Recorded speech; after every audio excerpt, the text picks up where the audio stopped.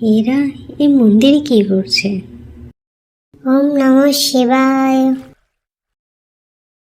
ওম নমঃ শিবায়, ওম নমঃ শিবায়। পতিং দেহি, পতিং দেহি, পতিং দেহি, পতিং দেহি, পতিং দেহি। এতবার বলিস না, আর না হলে বাবা ভোলেনাথ দ্রৌপদীর মতো 5টা স্বামী দেবে একসাথে। ও পতিং দেহি।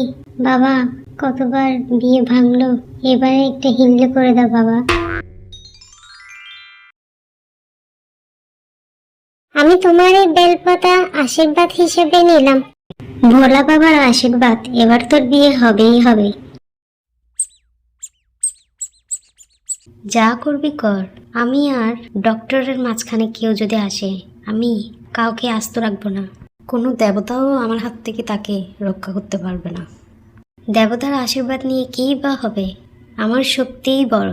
আপনার মেয়েকে সেদিন দেখলাম, আমার ভারী পছন্দ হয়েছে।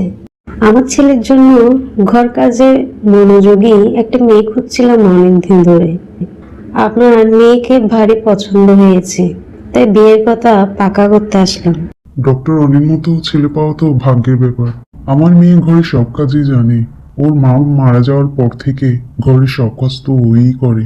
তাহলে বিয়ের কথা পাকা হলো, একটা শুভ লগ্ন দেখে 4 হাত এক করে দেব। 21-তে নিন, মুখ মিষ্টি করুন। হ্যাঁ, বিয়ে ঠিক হয়ে গেল। মিনি আর ডাক্তারের বিয়ের কথা পাকা, সবাই খুশি। এদিকে ডাইনি শূর্পণখা তা শুনে রেগে তাণ্ডব শুরু করে, একের পর এক বিয়ে ভাঙার চেষ্টা করে। বিয়ে হবে না, হতেই দিব না। মিনি ঘুমাচ্ছিল, সেখানে শূর্পণখা এসে তাকে শাসায়। মিনি উঠ, মিনি উঠ। তুই ডাক্তারকে বিয়ে করার স্বপ্ন ছেড়ে দে, ও শুধু আমার পথে আসলে তোকে এমন মারা মারবো, কেউ আর তোর শরীর খুঁজে পাবে না। কি হলো মা, তুই এভাবে চেঁচে উঠলি কেন? আমি মনে হয় স্বপ্ন দেখেছি। তোর গলায় এটা কিসের দাগ? কই কিসের দাগ? অযথা চিন্তা করো না তো, যাও বাবা ঘুমিয়ে পড়ো। এটা কি স্বপ্ন ছিল নাকি সত্যি? অন্যদিকে শূর্পণখা জাদু করে।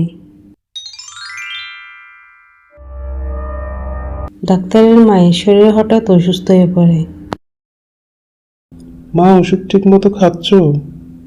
খাচ্ছি, তবু শরীর সুস্থ হওয়ার কোনো লক্ষণই খুঁজে পাচ্ছি না। কি হলো কে জানে। মিনির গলায় যে দাগ পড়েছিল, কিন্তু সকালে মিলে যায়। বিয়ে হবে না, হতেই দিব না।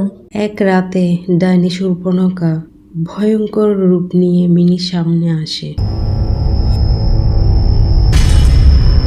ডাক্তার তুই আমাদের মাঝ থেকে সরে যা।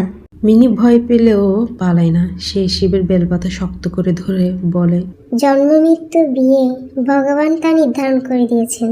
তিনি যদি আমার আর ডক্টর অনির বিয়ে নির্ধারণ করে থাকেন, তাহলে তা অবশ্যই হবে। কিন্তু অন্যায়ের সাথে আমি আপোষ করব না। তাহলে মরার জন্য তুই তৈরি হ।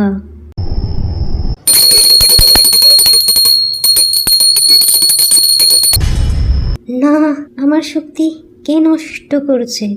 ভগবান অপরাধীর দণ্ড দিয়ে থাকেন, আজ না হয় কাল। আমি এভাবে হার মানব না, আমি আবার পূর্ণ শক্তি নিয়ে ফিরে আসব। সকালে সূর্য ওঠে, বুড়িমা সুস্থ হন। মিনি আর ডাক্তার মন্দিরে গিয়ে পিতা শিবের সামনে মাথা নত করেন। খারাপ যতই শক্তিশালী হোক, শুভ শক্তির সামনে কখনোই টিকে না।